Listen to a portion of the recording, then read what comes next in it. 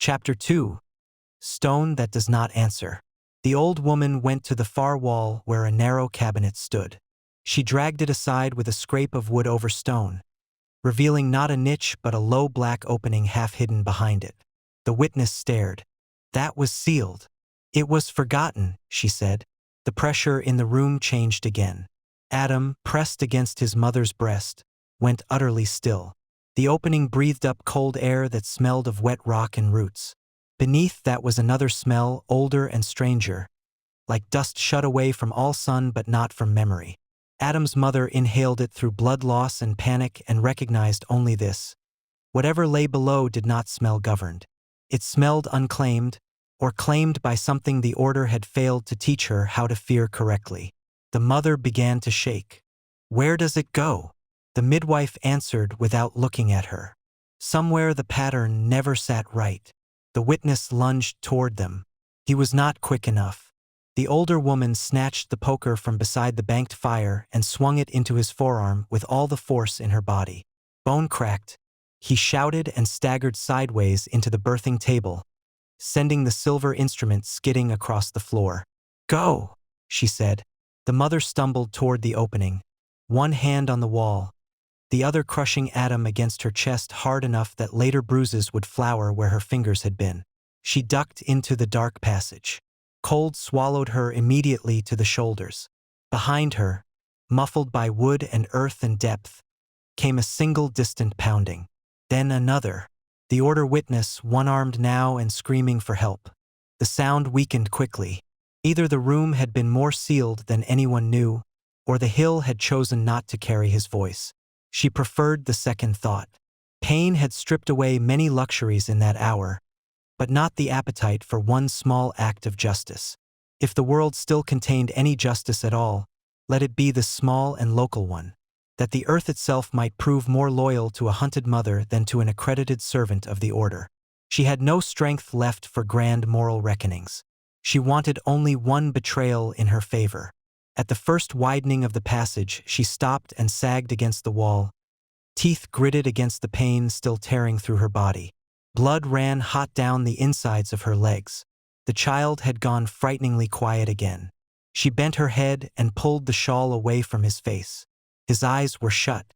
His mouth had fallen open a little from exhaustion. He seemed too still until she felt the faint push of his breath against the inside of her wrist. Only then did she allow herself to shake. "You are here," she whispered. The words were not addressed to anyone else. Not to the old stones. Not to any hidden saint of hill or hearth. Only to him. "You are here. You stay here." He did not answer, of course. He was less than an hour in the world. But she pressed him harder to her breast as if making that promise physically might teach his body how to keep it. After a time she forced herself onward. The passage curved and rose again, then emptied at last into a chamber larger than a root cellar and older than the house above it by centuries. Her first glimpse of it came by the weak light of a lamp already burning there. She nearly dropped the child in shock. The lamp sat on a square stone block at the center of the chamber. Its flame was small and steady, fed by thick oil that gave off almost no smoke. No one stood beside it. No servant waited. No hill guardian crouched in armed silence, ready to demand names and reasons. The room simply existed around that single prepared light, as if someone had expected them, or as if the chamber itself had not forgotten how to provide for the frightened and hunted. For the first time since the witness had spoken over her child, she felt a sensation not yet strong enough to be hope but stronger than panic. The possibility of entering a place the order had not already named. The thought steadied her because naming was how power usually arrived. What remained unnamed might, for a little while, remain unclaimed. That possibility steadied her more than doctrine ever had. A nameless refuge might still fail, but at least it failed outside the language that had already tried to claim her son. It was not a room made by the order. Even half-blind with blood loss and pain, she knew that at once. The walls were rough in some places and perfectly fitted in others, not cut into the smooth, severe obedience of sanctioned sanctuaries, but joined the way old cliff temples sometimes were, each stone accepting the shape of the next instead of forcing it. No visible line work of the pattern ran through them. No blue sigils burned in the corners. No carved knot of the order watched from arch or lintel. There were markings, but they had been worn so thin by time that they looked less like commands than the shadows of once important touch. That difference mattered to her immediately, even through pain. Order places always looked as though they had been told what to be by a power that mistrusted all softness. This chamber felt shaped by use, secrecy, and survival, by hands that had wanted shelter more than dominion. At the back of the chamber, someone was waiting after all. Not someone. Two someones. An old man sat on a stool beside a narrow pallet, both hands folded over the head of a walking staff. Beside him stood the midwife who had opened the passage. Her gray braid had come half loose. One sleeve was wet to the elbow with somebody's blood. Her chest rose and fell too fast, but she was alive. Adam's mother stared at her. "How?" she managed. "There is another way down," the older woman said. "There always was." The old man snorted softly. "For those who were told." He had the broad face and bent shoulders of the hill country, but there was something in the set of his eyes that belonged more to stone than to any village field or market lane. He looked at the child once and then, unlike the witness above, did not reach with hand or instrument. He looked instead at Adam's mother. In that refusal to seize or classify, she felt the full measure of how near the other room had come to stealing the child from her. The old man's restraint itself became a kind of mercy. She had forgotten how shocking gentleness could feel when classification did not come with it. "Come sit," he said. "You are about to fall." Only then did she realize how badly she was shaking. The midwife crossed the chamber in 3 quick steps and caught her elbow. Together they lowered her onto the pallet. The old man set aside his staff and turned to a basin of hot water that had somehow already been prepared near the lamp. "Where are we?" Adam's mother asked. The midwife glanced at the old man before answering. "In the under sanctuary," she said. "That is not a place. It is tonight." The child made a small protesting sound as they loosened the shawl away from him. His mother tried to hold him tighter, but the midwife was firm. "If you mean for him to live, let me see him." That word, live, broke whatever reserve remained. Adam's mother began to cry soundlessly, not with great sobs. Her body was too emptied for that. Tears simply leaked out of her as the old woman took the child and laid him under the lamplight. He looked smaller there than he had in her arms. Smaller and stranger. The redness of birth had already begun to fade from parts of him. Dark damp hair lay flat against his head. His fists remained balled beside his face as if the world had offended him personally. The old man leaned in. For the first time, something like unease crossed his features. "Well," he said after a moment, "there you are." Adam's mother pushed herself up on one elbow.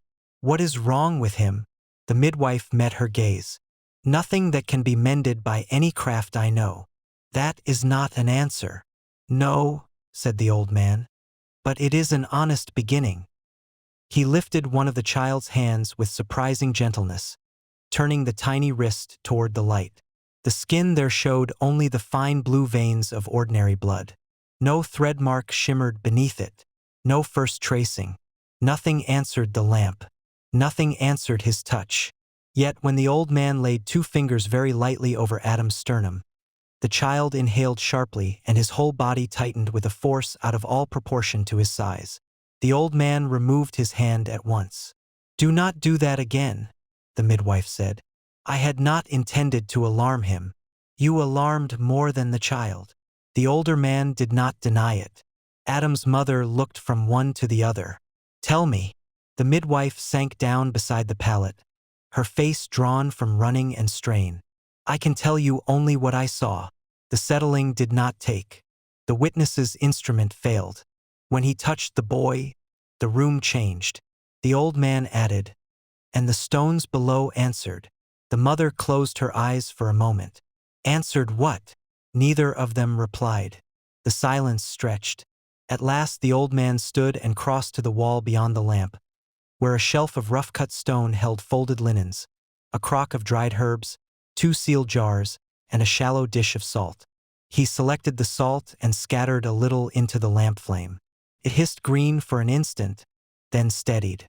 Names are dangerous before dawn, he said. That sounds like old country nonsense, the mother murmured. It was old country truth before the order trained everyone to laugh at it in daylight and fear it in the dark. The midwife gave him a look of warning, but he continued as if he had not seen it. The ground under this hill is older than the roads, he said. Older than the sanctuary lists. Older than the pattern lines they pushed through the valleys to make all the places agree with one another. There were rooms here before the first oath houses. Places where people kept to the old silences. Adam's mother swallowed. You said nothing of that before. You did not need it before. And I do now? He looked at the child. You need every kind of shelter left. The midwife wrung out a cloth and began cleaning the blood from Adam's skin with careful practiced hands.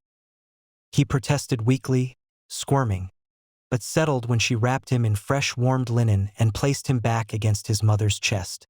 This time the child relaxed almost immediately. The older woman watched that with tired approval. He knows where life is. His mother gave a broken laugh that turned into a wince.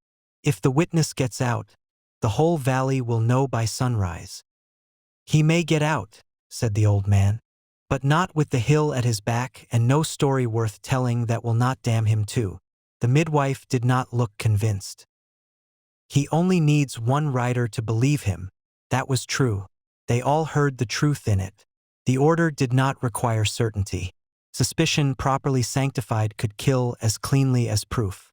That, more than any shouted threat, was what made the institution so difficult to survive. It could arrive at a door already morally convinced by its own questions. Adam's mother lowered her head and pressed her lips to the child's temple.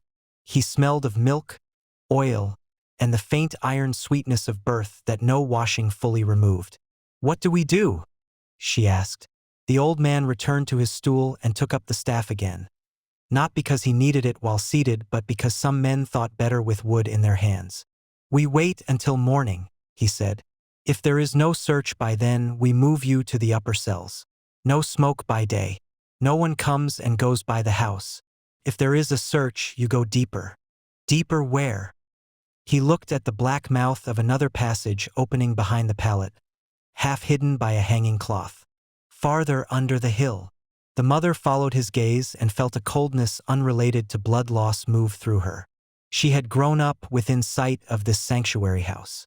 She had known every outer wall, every herb plot, every bell call, every winter crack in the plaster by the kitchen hearth. Yet now the place seemed to be unfolding below itself, like a body revealing hidden organs it had kept out of sight until injury forced confession. How many more passages are there? She asked. The old man's mouth twitched. Enough that the order never measured them cleanly. That answer might have comforted her on another night. Now it only made the dark seem more populated. Adam stirred against her breast. The lamp flame bent. All three adults saw it. There was no wind in the chamber. The flame did not gutter randomly. It leaned, slowly and unmistakably, toward the child. The midwife was on her feet at once. No! She snatched the lamp and moved it back to the central block, farther from the pallet. The flame righted itself and burned straight once more. Adam opened his mouth in a small unhappy "oh" but did not cry. The old man rose less quickly. He came to the pallet and knelt with difficulty, lowering himself until his face was almost level with the child's. "Can you hear me?" Adam's mother asked sharply. The question was absurd, but she could not stop herself. The old man did not answer her. He studied the child with a concentration so complete it made him seem briefly younger. Then he sat back on his heels. "He is not drawing it," he said. "What then?" asked the midwife. The old man's expression had gone thoughtful in a dangerous way. "It is bending." No one wanted to ask what he meant. The mother asked anyway. "To what?" He looked at her then, and for the first time there was plain fear in his eyes. "To whatever is already there." Silence closed around them. Above, somewhere impossibly far away now, a bell began to ring. Not the proper hour bell. Too fast for that. Too sharp. A hand alarm yanked in panic. The mother flinched. Adam startled against her and finally began to cry again. A healthy, furious sound that filled the under sanctuary and made the lamp tremble in sympathy.